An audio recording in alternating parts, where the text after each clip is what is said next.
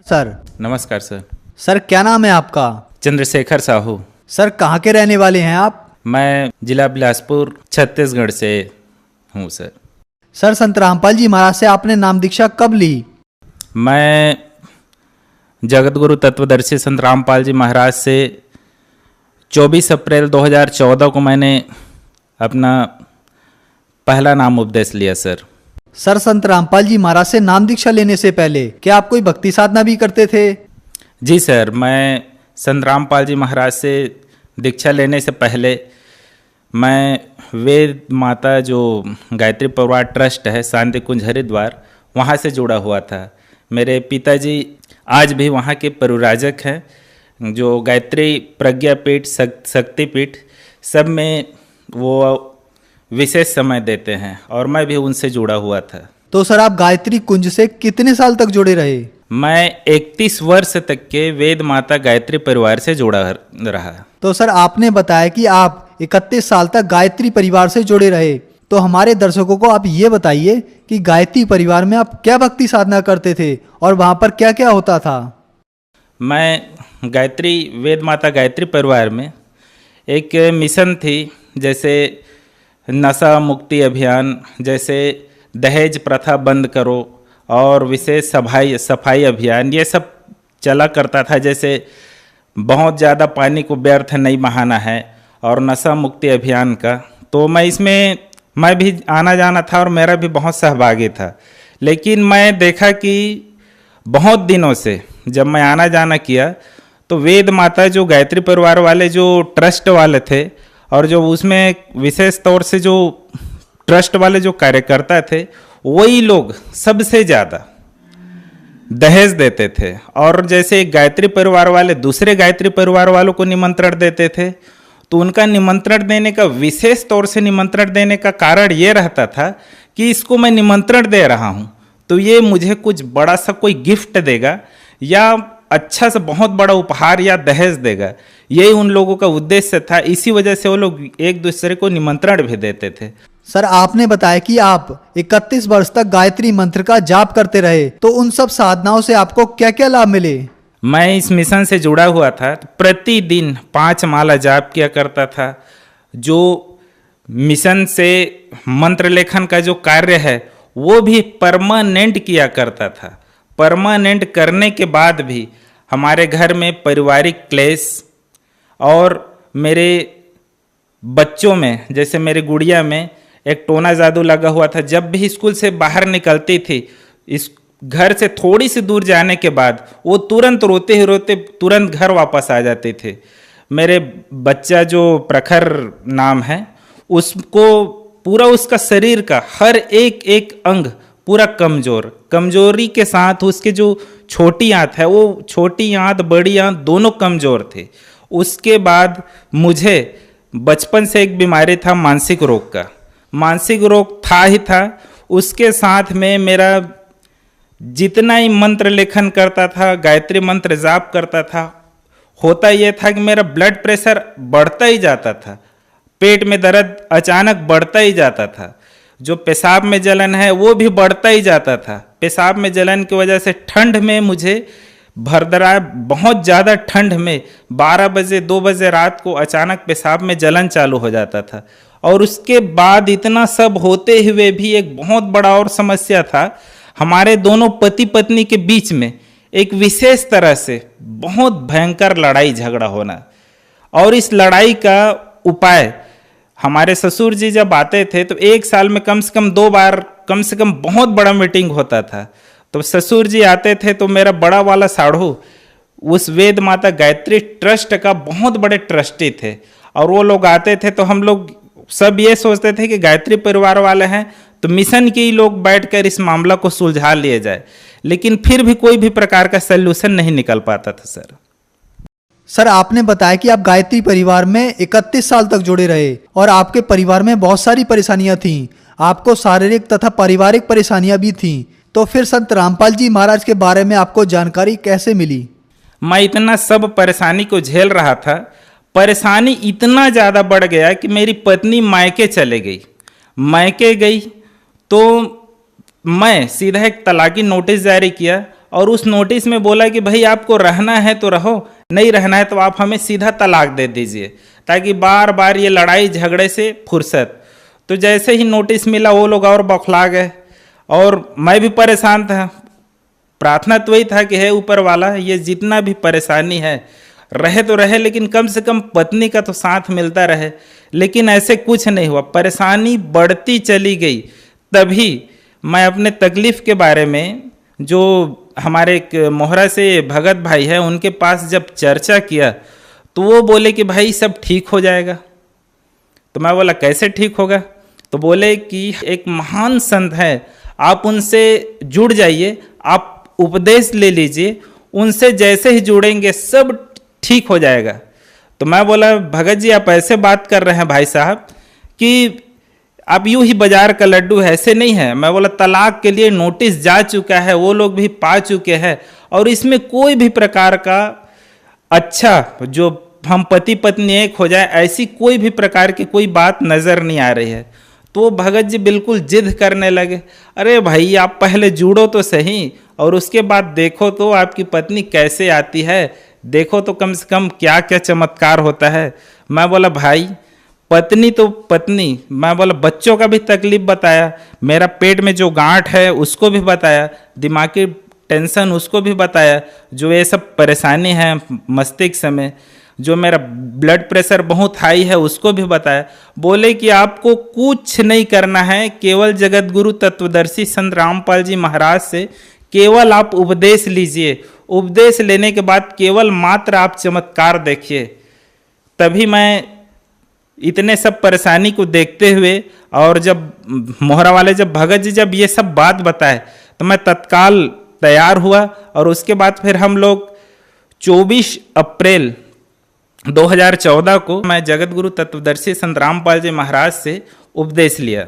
तो सर आपने संत रामपाल जी महाराज से 2014 में जब नाम दीक्षा ली, तो जैसा आपके दोस्त ने आपको बताया कि संत रामपाल जी महाराज से जुड़ने के बाद आपकी जिंदगी में चमत्कार होगा और आपकी जिंदगी भी बदल जाएगी, तो क्या आपके दोस्त की बात सच साबित हुई, और क्या आपके जीवन में वैसे ही चमत्कार हुए जैसा कि आपके दोस्त ने बताया था?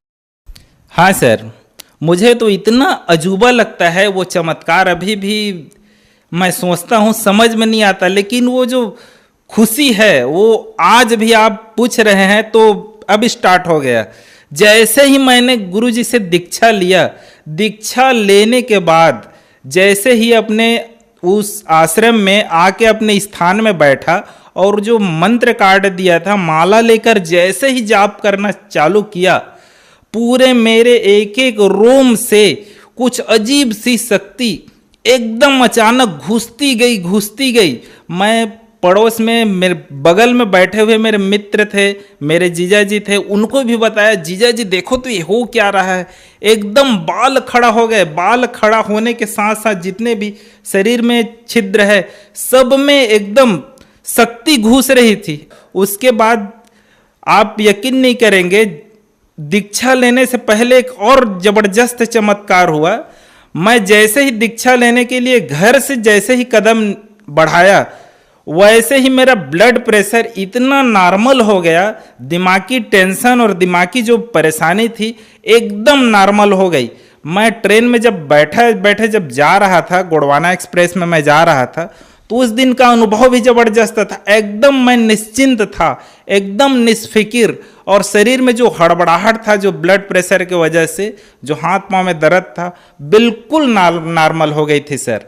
जैसे ही 1 महीना हुआ, फिर तत्काल तुरंत 1 महीने बाद फिर तत्काल चला गया गुरुजी की, जगत गुरु तत्वदर्शी संत रामपाल जी की आश्रम में। जैसे ही आश्रम अंदर गया, गुरुजी आशीर्वाद दे रहे थे सबको, भक्तों की बहुत बड़ी लंबी लाइन थी।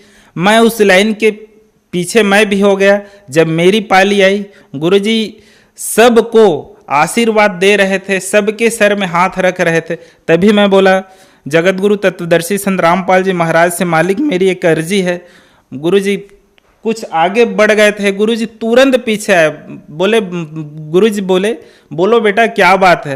मैं बोला गुरुजी मेरी सब परेशानी तो बस आपकी दीक्षा लेने से दूर हो गई, एक परेशानी बची है मालिक। बोले बोलो बेटे क्या परेशानी बची है। बोला मालिक मेरी पत्नी अपने मायके में है और नोटिस जारी हो गया है तलाक का, क्या करूं परमात्मा, मेरे समझ में नहीं आ रहा है। तभी मालिक बोले पहले बेटा उसको जाके ले आओ। तभी मैं गया और अपने ससुराल में जाके इस बात को रखा कि भाई मैं लेने आया हूं। तो वो लोग तो मेरी स्थिति देख के और लड़ाई झगड़ा को देख कर पहले तो तैयार नहीं हो रहे थे। बोले कि भाई पहले आप 4 आदमी लेके आओ, उसके बाद ही हम भेजेंगे। फिर मैं गुरुजी से बरवाला आश्रम फोन किया, तो बरवाला आश्रम से तत्काल बोले कि पहले लाओ उसको। तो वो लोग 4 आदमी बोले थे, मैं 12 आदमी लेके गया और तत्काल उनको लेके आया, मेरी पत्नी को लेके आया।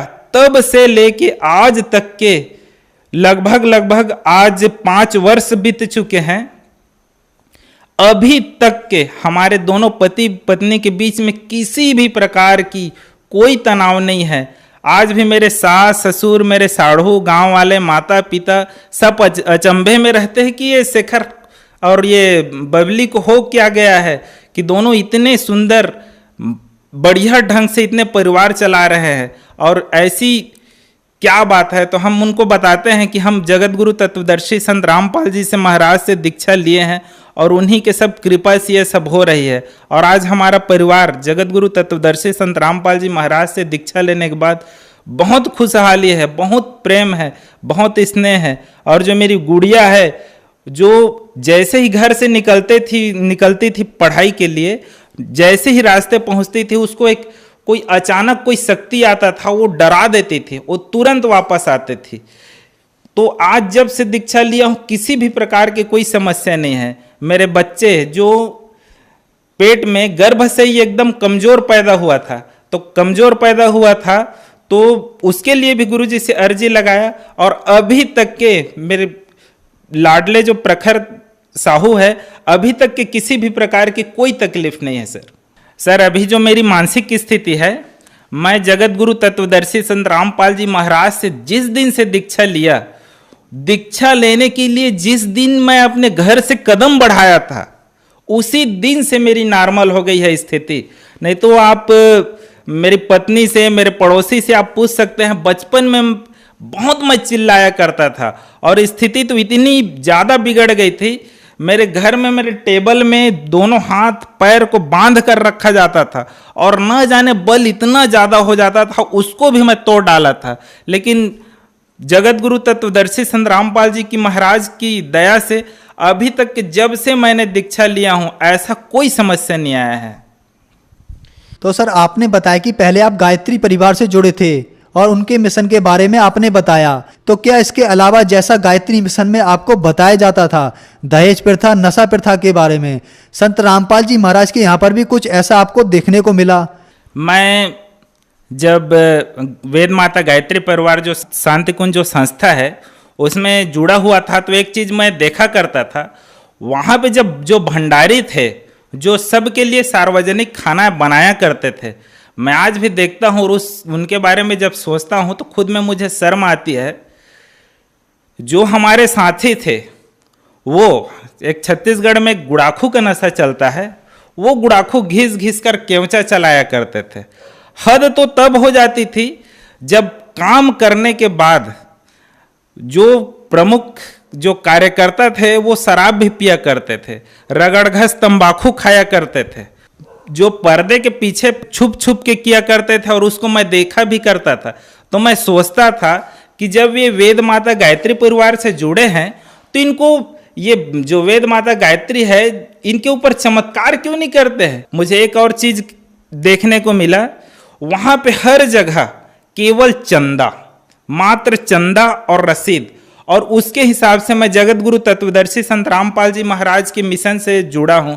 और आज जब आश्रम में जाता हूं, यहां पे किसी भी प्रकार की कोई चंदा या रसीद, बिल बुक कुछ नहीं है। यही सब चीज मुझे बड़ा अच्छा लगा। आज मैं इस मिशन जगत गुरु तत्वदर्शी संत रामपाल जी के संस्था से जुड़ा हूं, जब से उपदेश लिया हूं, मैं एक चीज देख रहा हूं, खासकर हजारों लड़कियां बिना दहेज के दहेज मुक्त शादी कर रहे हैं। यहाँ पे जितने भी लड़के हैं जो भगत हैं, किसी भी प्रकार की नशा करना तो दूर, नशे की किसी भी प्रकार की मदद भी नहीं करते। सर संत रामपाल जी महाराज से अगर कोई जुड़ना चाहे तो कैसे जुड़ सकता है? जगत गुरु तत्वदर्शी संत रामपाल जी महाराज का कार्यक्रम बहुत से टीवी चैनलों में चल रहा है।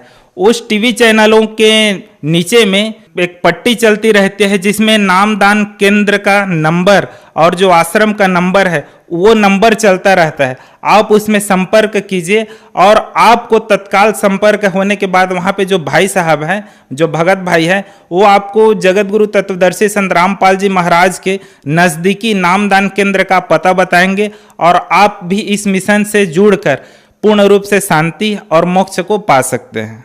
धन्यवाद सर। नमस्कार भाई।